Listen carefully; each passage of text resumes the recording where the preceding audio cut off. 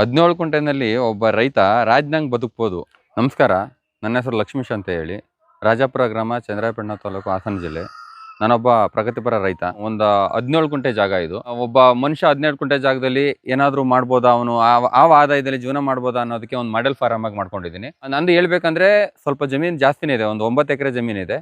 ಮನೆಯ ಪಕ್ಕದಲ್ಲಿ ಬಂದ್ರೆ ಹಸು ಫಾರಂ ಇದೆ, ಮತ್ತೆ ಕುರಿ ಸಾಕಾಣಿಕೆ ಮಾಡಿದ್ದೀನಿ, ನಾಟಿ ಕೋಳಿ ಸಾಕಾಣಿಕೆ ಇದೆ, ಮತ್ತೆ ಅದ್ರ ಜೊತೆಗೆ ಬಯೋಗ್ಯಾಸ್ ಇದೆ. ಇನ್ನ ಉಳಿದ ಭಾಗದಲ್ಲಿ ತೆಂಗಿನ ಗಿಡಗಳು ಹಾಕಿದ್ದೀನಿ. ಅದ್ರೊಳಗಡೆ ಇಂಟರ್ಕ್ರಾಫ್ಟ್ ಆಗಿ ಹಲವಾರು ಹಣ್ಣಿನ ಗಿಡಗಳನ್ನ ಬೆಳ್ಕೊಂಡಿದ್ದೀನಿ. ಮತ್ತೆ ಅದರ ಮಧ್ಯದಲ್ಲಿ ನರ್ಸರಿ ಕೂಡ ಮಾಡಿದ್ದೀನಿ. ನರ್ಸರಿನಲ್ಲಿ ಅಡಿಕೆ ಮತ್ತೆ ತೆಂಗು, ನುಗ್ಗೆ ಈ ತರದನ್ನ ನರ್ಸರಿ ಮಾಡಿದ್ದೀನಿ. ರಾಜ್ಯದಂಗೆ ಬದುಕ್ಬೋದು ಅಂತ ಹೇಳಕ್ಕೆ ಕಾರಣ, ಒಂದು ಇಲ್ಲಿ ಮಲಗಿದಾವೆ, ಇವೇ ನನಗೆ ರಾಜರು. ನನಗೆ ಒಂದ್ ದಿವಸಕ್ಕೆ 7 ಹಸುಗಳು ಹಾಲು ಕೊಡ್ತಾ ಇದೆ. ಒಂದು ಒಟ್ಟಿಗೆ ಟೋಟಲ್ 15 ಇರೋದು. ಒಂದು ಟೈಮ್ಗೆ 60 ರಿಂದ 65 ಲೀಟರ್ ಹಾಲು ಆಗ್ತಾ ಇದೆ. ಪರ್ ಡೇ ಲೆಕ್ಕ ಹಾಕೊಂಡ್ರು ಅವರೇಜ್ ಅಂದ್ರೂ 110 ರಿಂದ 120 ಲೀಟರ್ವರೆಗೂ ಹಾಲು ಆಗ್ತಾ ಇದೆ. ಒಂದು ದಿನಕ್ಕೆ ನನಗೆ 4 ರಿಂದ 4,500 ಸಾವಿರದವರೆಗೂ ಪೇಮೆಂಟ್ ಬರ್ತಾ ಇದೆ. ಅದರಲ್ಲಿ ನಾನು 2,500 ಸಾವಿರ ಖರ್ಚು ಕಳೆದ್ರು, ಮೇವು ನಂದೇ ಆಗಿರೋದ್ರಿಂದ ಅಷ್ಟು ಬರಲ್ಲ. ಆದ್ರೂ ನಾನು 2,500 ಸಾವಿರ ಲೇಬರ್ ಎಲ್ಲ ಕಳ್ಕೊಂಡು ಕಳೆದ್ರು ನನಗೆ 2,000 ದಿನಕ್ಕೆ ಉಳಿತಾ ಇದೆ. ತಿಂಗಳಿಗೆ 60 ಸಾವಿರ ಆಯ್ತು. 60 ಸಾವಿರದಲ್ಲಿ ನಾನು ಆರಾಮಾಗಿ ಜೀವನ ಮಾಡ್ಬೋದು ಒಬ್ಬ ರೈತ. ಆ ಗೋಡೆದಡ್ನಲ್ಲಿ ಒಂದೇನ್ ಕಾಣ್ತಾ ಇದೆ, ಅದೊಂದು ಹಸು ಮತ್ತೆ ಇವೆರಡು ಹಸು ಮಾತ್ರ ನಾನು ಪರ್ಚೇಸ್ ಮಾಡಿರೋದು. ಇನ್ನೆಲ್ಲ ನಮ್ಮ ಮನೇಲಿ ಉಟ್ಕೊಂಡಿರೋ ಹಸುಗಳು. ಅವತ್ತು 2 ಹಸು ನಾನು ಮಾಡಿದ್ದು ಇವತ್ತು 15 ಹಸುಗೆ ಬಂದು ನಿಂತ್ಕೊಂಡಿದೆ. ಎಲ್ಲ ಪೂರ್ತಿ ನನ್ನ ಮನೇಲೆ ಹುಟ್ಟಿರೋ ಹಸುಗಳು. ಒಂದೇನಂದ್ರೆ ನಮ್ಮ ರೈತರು ಅಧಿಕವಾಗಿ ಇನ್ವೆಸ್ಟ್ ಮಾಡಕ್ ಹೋಗ್ಬಾರ್ದು ಹಸುಗಳಿಗೆ ಅಂತ. ಈಗ ಯಾರೋ ಹೇಳಿದ್ರು ಅಂತ ಹೇಳಿ ದೊಡ್ಡದಾಗಿ ನಾವು ಹಸು ಫಾರಂ ಮಾಡ್ತೀನಿ ಅಂತ ಹೇಳಿ ಒಂದೇ ಸಲ 10-20 ಹಸುಗಳು ತಗೊಬಂದು ಅದರಲ್ಲಿ ಲಾಸ್ ಮಾಡ್ಕೊಂಡ್ರು ತುಂಬಾ ಜನ ಇದ್ದಾರೆ. ಹಂಗಾಗಿ ನಮ್ಮ ಮನೇಲಿ ಹುಟ್ಟುವಂತ ಹಸುಗಳು ಒಳ್ಳೆ ಕರುಗಳನ್ನ ಸೆಲೆಕ್ಟ್ ಮಾಡ್ಕೊಂಡು ನಾವು ಅದನ್ನ ಸಾಕಿದ್ದೇ ಆದ್ರೆ ನಮ್ಮ ವಾತಾವರಣಕ್ಕೂ ಹೊಂದ್ಕೊಂಡಿರ್ತವೆ, ಮತ್ತೆ ಅದ್ರಲ್ಲಿ ನಮ್ಗೆ ಆದಾಯನೂ ಜಾಸ್ತಿ ಇರುತ್ತೆ. ಹಸು ಫಾರಂ ಇಂದ ಯಾರು ಲಾಸ್ ಆಗಿಲ್ಲ. ಹಸು ಫಾರಂ ಇಂದ ದುಡಿಮೆ ಖಂಡಿತ ಮಾಡ್ಬೋದು.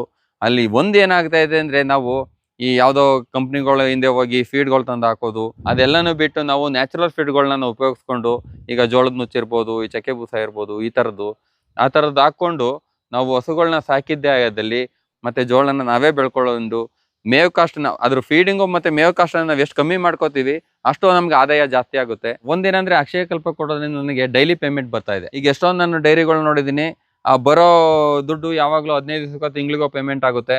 ಅದನ್ನ ಕಾಯ್ಕೊಂಡು ಕೂತಿರ್ಬೇಕು. ಅಕಸ್ಮಾತ್ ಅವಾಗ ಏನಾದ್ರು ಲೇಟ್ ಆಯ್ತಂದ್ರೆ ರೈತರುಗಳು ಬೇರೆ ಕಡೆ ಸಾಲ ಮಾಡಿ ತರಬೇಕು, ಅದಕ್ಕೆ ಫೀಡ್ ತರಕ್ಕೆ, ಮೇವ್ ತರಕ್ಕೆ. ನಮ್ದು ಹಂಗಾಗಲ್ಲ. ನಮ್ದು ಡೈಲಿ ಪೇಮೆಂಟ್ ನಮ್ಮ ಅಕೌಂಟಲ್ಲಿ ಬೀಳೋದ್ರಿಂದ ಅಟ್ಲೀಸ್ಟ್ ಅವತ್ತು ಒಂದ್ ದಿವಸಕ್ಕೆ ಏನ್ ಬೇಕು ಆ ಮೇವೋ ಫೀಡೋ ಏನಾದ್ರು ನಾವು ತಂದ್ಬಿಟ್ಟು ಆ ದುಡ್ಡಲ್ಲಾದ್ರೂ ಹಾಕ್ಬೋದು. ಈಗ ಏನ್ ಮಾಡ್ಕೊಂಡಿದೀವಿ ಅಂದ್ರೆ, ಹಸುಗಳನ್ನ ಬಿಟ್ಸಾಕ್ತಾ ಇದೀವಿ. ಮತ್ತೆ 24 ಗಂಟೆಗೆ ಒಂದೇ ಸಲ ಫೀಡಿಂಗು ಮತ್ತೆ ಮೇವು. ಈಗ ಇವತ್ತು ನಾವು 11 ಗಂಟೆಗೆ ಮೇವು ಮತ್ತೆ ಫೀಡಿಂಗ್ ಮಾಡಿದ್ರೆ ಮತ್ತೆ ನಾಳೆ 11 ಗಂಟೆಗೇನೆ ಮತ್ತೆ ಫೀಡ್ ಕೊಡೋದು. ಅದಕ್ಕೆ ಏನು ಸಂಜೆವರೆಗೂ ನೀರ್ ಬೇಕು ಅದನ್ನ ಮಾತ್ರ ವ್ಯವಸ್ಥೆ ಮಾಡಿರ್ತೀವಿ. ನಾವು ಕ್ರಮವಾಗಿ ಮಾಡ್ತಾ ಹೋದಾಗ ಹಸುಗಳು ಏನೂ ಆಗಲ್ಲ, ಹಸುಗಳು ಚೆನ್ನಾಗಿರುತ್ತೆ. ಡೈರಿ ಫಾರಂ ತುಂಬಾ ಸಕ್ಸಸ್ ಆಗುತ್ತೆ. ನಾನು ಹಸುಗಳು ಹೆಂಗ್ ಪ್ಲಾನ್ ಮಾಡ್ಕೊಂಡಿದ್ದೀನಿ ಅಂದ್ರೆ, ಒಂದ್ ದಿನಕ್ಕೆ 100 ಲೀಟರ್ ಅವರೇಜ್ ಯಾವಾಗ್ಲೂ ಇರಬೇಕು, ಆ ತರ ನಾನು ಪ್ಲಾನ್ ಮಾಡ್ಕೊಂಡಿದ್ದೀನಿ. ಹಂಗಾಗಿ ನನಗೆ ಆದಾಯ ಒಂದೇ ಮಟ್ಟದಲ್ಲಿ ಇರುತ್ತೆ. ನಮ್ಮನೇಲೆ ಹುಟ್ಟಿರೋ ಕರುಗಳು ಇವೆಲ್ಲ 3 ರಿಂದ 4 ತಿಂಗಳಾಗಿರುವಂತ ಕರುಗಳು. ಈಗ ನೆಕ್ಸ್ಟ್ ವರ್ಷಕ್ಕೆ ಇವು ನನಗೆ ಒಳ್ಳೆ ಹಸುಗಳಾಗಿ ರೆಡಿ ಆಗ್ತವೆ. ಕುರಿಗಳನ್ನ ಸಾಕೊಂಡಿದ್ದೀನಿ. ಅಮೀನ್ಗಡ್ ಟಗರ್ ಇದೆ, ನಾಟಿ ಕುರಿಗಳಿದೆ. ನಮೀನ್ಗಡ್ ಟಗರಲ್ಲಿ ನಾಟಿ ಕುರಿಗಳು ಕ್ರಾಸ್ ಮಾಡಿಸ್ಕೊಂಡಿದ್ದೀನಿ. ಅಂದ್ರೆ ಅದರಲ್ಲಿ ಜೊತೆಲಿ ಒಂದು ಚಿಕ್ಕ ಆದಾಯ ಅಂತ ಇಟ್ಕೊಂಡಿದ್ದೀನಿ. ಈಗ ನನ್ನ ಹತ್ರ ಹೇಳ್ಬೇಕಂದ್ರೆ 50 ಇತ್ತು. ಈಗ ಟಗರುಗಳೇ ಮಾಡ್ಕೊಂಡಿದ್ದೆ, ಅದನ್ನೆಲ್ಲ ಸೇಲ್ ಮಾಡಿ ಈಗ ಒಂದು 4 ಇದೆ ಅಷ್ಟೇ. ಈಗ 17 ಕುಂಟೆನಲ್ಲಿ ಒಂದು 12 ಕುಂಟೆ ಜಾಗ ಇದ್ರೆ ಇದು. ಈ 12 ಕುಂಟೆ ಜಾಗದಲ್ಲಿ ಒಂದು 24 ತೆಂಗಿನ ಗಿಡ ಇದೆ. ಈ 24 ತೆಂಗಿನ ಗಿಡದಲ್ಲಿ ಮಧ್ಯದಲ್ಲಿ ಒಂದು 50 ಜಾಸ್ತಿ ಹಣ್ಣಿನ ಗಿಡಗಳನ್ನ ಹಾಕೊಂಡಿದ್ದೀನಿ. ರೈತರಾಗ್ಬೋದು ಅಥವಾ ಸಿಟಿಯವರಾಗಿರ್ಬೋದು, ನಿಮ್ಗೆ ಗಾರ್ಡನ್ ಅಲ್ಲಿ ಸ್ವಲ್ಪ ಜಾಗ ಇದೆ ಅಂದ್ರೆ, ಅಥವಾ ರೈತರಾದ್ರೆ ಮನೆ ಮುಂದ್ಗಡೆ ಜಾಗ ಇರುತ್ತೆ, ಅಲ್ಲಿ ಮನೆಗೊಂದಾದ್ರೂ ಹಣ್ಣಿನ ಗಿಡಗಳನ್ನ ಇಟ್ಕೊಳ್ಳಿ ಅಂತ ಹೇಳಕ್ ಇಷ್ಟಪಡ್ತೀನಿ. ಯಾಕೆ ಅಂದ್ರೆ, ಈಗ ನೋಡಿ, ನಿಮಗೆ ನೋಡ್ಬೋದು ಈ ಗಿಡದಲ್ಲಿ ಒಂದು 100 ರೂಪಾಯಿ ಕೊಟ್ಟು ಈ ಗಿಡನ ತಗೊಂಡ್ಬಂದಿದ್ದೆ. ಈ ಗಿಡದಲ್ಲಿ ನಿಮ್ಗೆ ಎಷ್ಟು ಹಣ್ಣುಗಳು ಬಿಟ್ಟಿದೆ ಅಂತ. ಈಗ ಇದನ್ನ ನಾನು ಮಾರೋದ್ ಬೇಡ, ಅಟ್ಲೀಸ್ಟ್ ನಾನು ಮಾರ್ಕೆಟ್ ಇಂದ ತಂದು ತಿನ್ನೋಕ್ಕಾಗಲ್ಲ. ಅಟ್ಲೀಸ್ಟ್ ನಮ್ಮ ಮನೇಲಿ ಈಗ ಒಂದು ಹಣ್ಣು ಇದೆ ಅಂದ್ರೆ ಕುಯ್ಕೊಂಡಾದ್ರೂ ತಿಂತಾರೆ.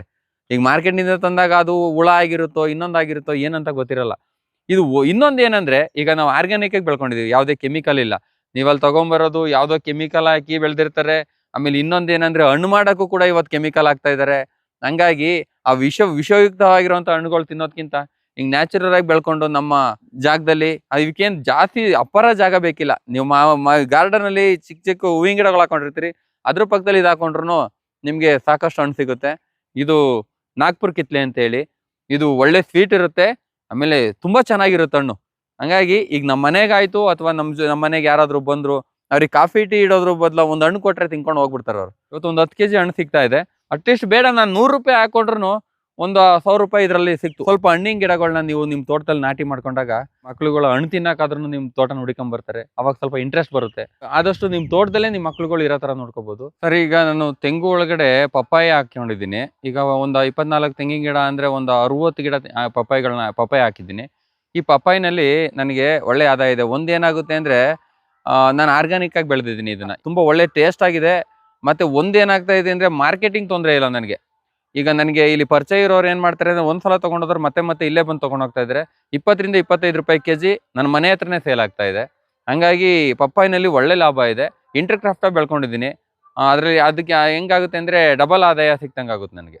ನಾವು ಪಪ್ಪಾಯಿನ ಆರ್ಗ್ಯಾನಿಕ್ ಆಗಿ ಬೆಳೆದಾಗ ತೀರಾ ಓವರ್ ಸೈಜ್ ಬರಲ್ಲ, ಮೀಡಿಯಂ ಸೈಜ್ ಬರುತ್ತೆ. ಮತ್ತೆ ಒಳ್ಳೆ ರುಚಿ ಇರುತ್ತೆ. ನಾನು ಒಂದು 20 ಗಿಡಗಳನ್ನ ಫಸ್ಟ್ ಒಂದ್ ಕಡೆಯಿಂದ ತಗೊಬಂದು ನಾಟಿ ಮಾಡಿದೆ. ಅದು ಒಳ್ಳೆ ಇಳುವರಿ ಕೊಡ್ತು. ಮತ್ತೆ ಒಳ್ಳೆ ಚೆನ್ನಾಗಿ ಬಂದು ಮಾರ್ಕೆಟಿಂಗ್ ಚೆನ್ನಾಗಿದ್ದರಿಂದ ನಾನು ಮತ್ತೆ ಇನ್ನೊಂದು 60 ಗಿಡಗಳನ್ನ ತಂದು ನಾಟಿ ಮಾಡಿದೆ.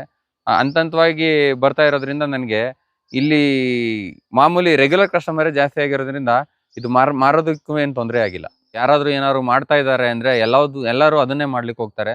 ಈಗ ಒಂದೇ ಸಲ ಹೋಗ್ಬಿಟ್ಟು ಒಂದು 5 ಎಕರೆಗೋ 6 ಎಕರೆಗೋ ಒಂದೇ ಸಲ ಪಪ್ಪಾಯ ಅಥವಾ ಬೇರೆ ಬೆಳೆ ಯಾವುದೇ ಆಗ್ಬೋದು ಆ ಥರ ನಾಟಿ ಮಾಡಕ್ ಹೋಗ್ತಾರೆ.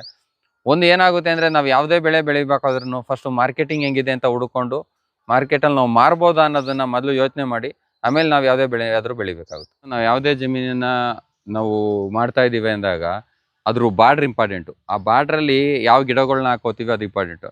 ಬಾರ್ಡ್ರಲ್ಲಿ ಈಗ ಅಡಿಕೆ ಗಿಡ ಇರ್ಬೋದು, ಮಾವಿನ ಗಿಡ, ನಿಂಬೆ ಗಿಡ, ಹೀಗೆ ಮತ್ತೆ ಆಫ್ರಿಕಾಟ್ ಇದೆ. ಅದ್ರ ಜೊತೆಗೆ ಪಪ್ಪಾಯ ಗಿಡಗಳಿದೆ, ನೆಲ್ಲಿಕಾಯಿ ಗಿಡ ಇದೆ, ಮತ್ತೆ ಸ್ಟಾರ್ ಚೆರಿ ಇದೆ, ಚಿಕ್ಕದ ನಾಟಿ ನಲ್ಲಿ ಬರುತ್ತಲ್ಲ ಅದಿದೆ. ಹೀಗೆ ಮತ್ತೆ ತೆಂಗಿನ ಗಿಡಗಳಿದೆ, ಮತ್ತೆ ಸ್ವಲ್ಪ ಹೂವಿನ ಗಿಡಗಳಿದೆ, ಅರ್ಶಿನ ಬೆಳ್ಕೊಂಡಿದ್ದೀವಿ. ಮತ್ತೆ ಕೆಲವೊಂದು ಅಲ್ಲಲ್ಲೇ ಜೇನ್ ಪೆಟ್ಟಿಗೆಗಳನ್ನ ಇಟ್ಟಿದ್ದೀನಿ. ಮತ್ತೆ ಡ್ರ್ಯಾಗನ್ ಫ್ರೂಟ್ ಇದೆ, ಬಾಳೆ ಇದೆ. ಮತ್ತೆ ಮುಂದೆ ಹೋದ್ರೆ ನಿಮಗೆ ಕೋಕೋ ಗಿಡಗಳು ಸಿಗುತ್ತೆ. ಮತ್ತೆ ಸೀತಾಫಲ ಇದೆ, ಮತ್ತೆ ನುಗ್ಗೆ ಗಿಡ ಇದೆ. ಹೀಗೆ ಹಲವಾರು ಗಿಡಗಳನ್ನ ಹಾಕೊಂಡಿದ್ದೀನಿ ನಾನು.